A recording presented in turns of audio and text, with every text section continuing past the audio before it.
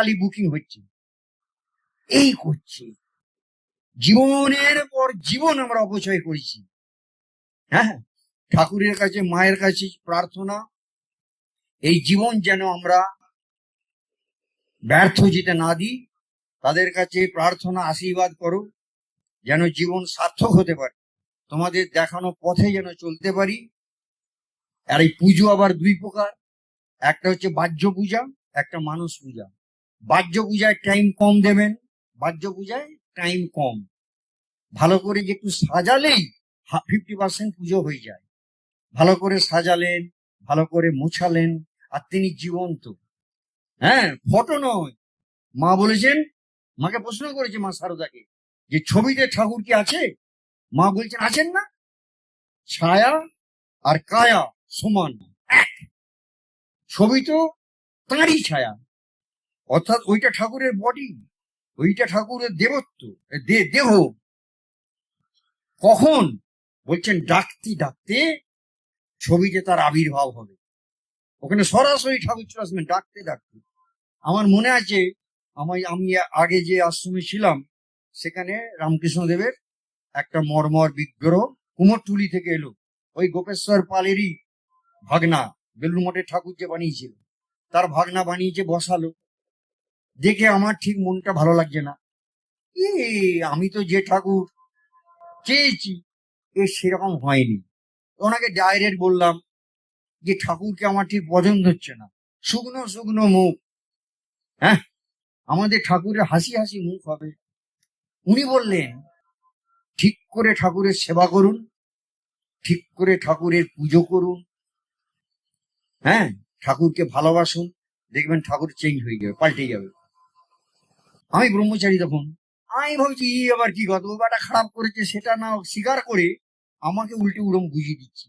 আরে এটা তো যতই হোক মার্বেল, মার্বেল এই পাথর কি করে চেঞ্জ হবে? পুজো যাই করি না কেন। কিন্তু উনি বলেছেন ওনার অভিজ্ঞতায়, সারা পৃথিবী জুড়ে ওরা ঠাকুরের স্ট্যাচু সাপ্লাই করে, জাহাজে করে পর্যন্ত ওদের স্ট্যাচু বিদেশে যায়। এই করতে করতে না আন্তরিক সেখানে তার আবির্ভাব হয়। মা বলেছে আবির্ভাব হয়, তখনই পরিবর্তন হয়ে যায়। আর আরেকটা মা বলেছেন যে তিনি কথা কবেন, কথা বলবে, আর মনে যখন যে ইচ্ছাটা হবে তখনই পূরণ করে দেবেন। কি শান্তি প্রাণে আসবে মা। বাহ্য পূজায় টাইম কমিয়ে মানস পূজায় টাইম বাড়াতে হবে। মানস পূজা যেগুলো বাইরে আমরা দিচ্ছি, ওইটাই মনে মনে দিন, মনে মনে, মনে মনে তাকে ফুল দিন, মনে মনে তাকে খাওয়ান। 5 মিনিট টাইম দিন, 5 মিনিট মনে মনে তাকে খাওয়ান, মনে মনে তাকে মুখটা ধোয়ান, আঁচাচ্ছে দেখুন মানস চোখে। বলবেন এ তো সবই কল্পনা। হ্যাঁ, এই কল্পনা কি বলে? ভাব। এই ভাব পাগলেই হবে ভক্তি, ভক্তি থেকে আসবে প্রেম, তখনই হবে ঈশ্বর দর্শন। আর যেটা কল্পনা মানে imagination, what is imagination today is realisation tomorrow. আজকে যা কল্পনা, আগামীকাল সেটাই বাস্তব, সেটাই ঘটবে। আজকে আপনি মনে মনে ঠাকুরকে খাওয়ান, আগামী দিনে ঠাকুর সত্যি সত্যি আপনার কাছে চেয়ে খাবেন।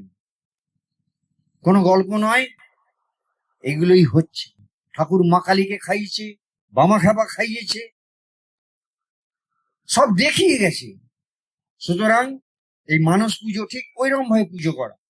তারপরে ঠাকুরের মুখ মুছিয়ে দিলেন, ঠাকুরকে শয়ন দিলেন, একটু পা টিপে দিলেন, গরমকাল হলে একটু পাখার হাওয়া করে দিলেন, একে বলে মানস পূজা। তারপরে পাঠ, কোনো না কোনো ধর্মগ্রন্থ একটু হলেও পড়া। বাড়িতে, হিন্দুদের বাড়িতে খুঁজলে একটা না একটা ধর্মের বই পাওয়া যাবে, সব বাড়িতেই আছে। হ্যাঁ, একটা দুটো ব্যতিক্রম থাকতে পারে, আছে, কিন্তু বইগুলোকে অন্য জায়গায়। আমি আজকে গেছিলাম যাদের বাড়িতে, দেখলাম ওই গীতা আছে এরকম করে বাঁধা আছে, পড়ে কিনা কে জানি। আর একটা দেখলাম পাঁচি আছে, আমি সব দেখছি বাড়িতে কি আছে, আরে ডায়েরি আছে। তখন আমি ভাবলাম যে নাকি একটা রামকৃষ্ণ কথামৃত আমি গিফট করবো, কথামৃত একটা গিফট করবো ভাবলাম, বলে তাদের আর একটা ঘরে নিয়ে গেল। সেই ঘরে দেখছি এই আলমারিতে সব বই আছে, শরৎ সমগ্র, অমুক সমগ্র, তাই এখানে দেখছি রামকৃষ্ণ কথামৃতও রয়েছে। কিন্তু ওইভাবেই ওটা পড়ে আছে, ওই সাজানো ওই শোকেসে। আমি বললাম যে এইটা পড়বেন, বলছে হ্যাঁ পড়বো। আমি দেখলাম যে না পড়বেন, আমার কাছে বলছে। ওর পাল্লা খুলিয়ে অনেক কাণ্ড করে সেই বইকে আমি টেনে বার করে দিলাম। বললাম এটা এখানে থাকবে না, এটা এখানে থাকবে, বলছে থাকবে। টেবিলে রাখলাম, বললাম এটা যেন এখানে থাকে, বলছে থাকবে। বললাম না, এটা পাতা উল্টাবেন, পড়তে হবে। ওটা ওখানে সাজিয়ে রাখার জিনিস নয়, এটা ওষুধ, এটা ট্যাবলেট, এটা ডেলি খেতে হয়। 12 বছর যদি কেউ কথামৃত পড়ে, তার ব্রহ্মজ্ঞান হবে, তার মুক্তি হবে, আমার কথা নয়, ঠাকুরের মানস পুত্র স্বামী ব্রহ্মানন্দ মহারাজের কথা। শুধু কথামৃত 12 বছর যদি কেউ পড়ে, এটা একটু করে পড়তে হবে ডেলি। এই হলো পুজো পাঠ। তারপরে জপ, বহরম বহরম না করে, হ্যাঁ, আলতু ফালতু না ভিজিয়ে, খালি খাওয়ার পিছনে সমস্ত এনার্জি ব্যয় না করে একটু জপ করা। কোনো পয়সা লাগবে না, সব থেকে সোজা সাধন একটু জপ করা। তারপরে যদি পারা যায় সেটা হচ্ছে ধ্যান। তাকে মনে মনে দেখা, বুকের মধ্যে তাকে বসিয়ে চোখ বুজিয়ে দেখা, যতটা সম্ভব স্পষ্ট। যদি না হয়, মা সারদা বলছেন তার ফটোর দিকে তাকিয়ে থাকো, তাহলেও হবে। আর ইজি করে দিয়েছেন, ঠাকুরের দিকে তাকিয়ে থাকো, এটাই ধ্যান। এই হয়ে গেল পুজো পাঠ জপ ধ্যান। এরপরে রইল প্রার্থনা। বলুন মায়ের সঙ্গে যা চাইবার, যা বলবার মাকে বলুন। আর ঠাকুরের ক্ষেত্রে একটাই, তোমায় যেন ভালোবাসতে পারি। আমরা কেউ ভালোবাসতে জানি না, এ পৃথিবী ভালোবাসিতে জানে না। কেন? ভালোবাসার সংজ্ঞা হচ্ছে মারাত্মক, সেখানে কোনো রিটার্ন চাওয়া চলে না। ভালোবাসায় আমি বিনিময়ে কি পাবো, যেই ভাবলাম ওটা বিজনেস হয়ে গেল, গিভ অ্যান্ড টেক। অতএব ভালোবাসা কাকে বলে পৃথিবীর মানুষ জানে না। তবে একমাত্র মায়ের যে সন্তানের প্রতি ভালোবাসা, এটা অনেকটা প্রকৃত ভালোবাসা। মা একটা শিশুকে ভালোবাসছে, মা একটা শিশু তার নিজ সন্তানকে যে ভালোবাসছে, সেখানে কোনো স্বার্থ নেই। হ্যাঁ, এই ভালোবাসাটা অনেকটা প্রকৃত ভালোবাসা। এইটা আমরা প্রার্থনা করব। এই মুহূর্তে পারবো না, আমরা প্রার্থনা করব যে ঠাকুর তোমাকে যেন সত্যিকারের ভালোবাসতে পারি। আর যখন যা চাইবার দরকার হবে মায়ের কাছে। এই হয়ে গেল পুজো পাঠ জপ ধ্যান প্রার্থনা। এরপরে কি? প্রণাম। ঠাকুর বলেছেন দুবেলা দুটো গড় করবে, খুব করে সুন্দর করে। ঘুম থেকে উঠেই প্রথমে লাটু মহারাজ করতো, লাটু মহারাজ ঘুম থেকে উঠে চোখ খুলতেন না, এরকম করে কোথা পুনি করতেন। ঠাকুর বলতে ওরে যাই রে, যেখানেই থাকতো চোখ খুলবে না, নইলে লাটু মহারাজ কোথা পুনি। তারপর ঠাকুর যখন এসে বললেন এসেছি, তখন তাকিয়ে দেখতো। অনেকে জিজ্ঞেস করে শোবার ঘরে ঠাকুরের ফটো রাখা যাবে কিনা। রাখা যাবে না মানে? সব সময় ঘুম থেকে উঠেই তাকে দেখবো, ঘুম থেকে উঠেই চোখ খুলে ঠাকুরের চরণ দেখুন, মায়ের চরণ দেখুন। তারপরে প্রণাম। ঠাকুরকে বলুন বসে চুপ করে, এখন আমি তোমাকে প্রণাম করবো, নরম চরণ। সুন্দর করে দুটো পা মনে মনে কল্পনা করে মাথা দিয়ে প্রণাম করুন। মাথাটা বাড়িয়ে দিন, আশীর্বাদ করতে বলুন। মাকে বলুন সারাদিন আমার হাত ধরে থেকে আমাকে পরিচালনা করো। আবার শুতে যাবার আগে বা সন্ধ্যেবেলা মিনিমাম 2 টাইম গড় প্রার্থনা প্রণাম।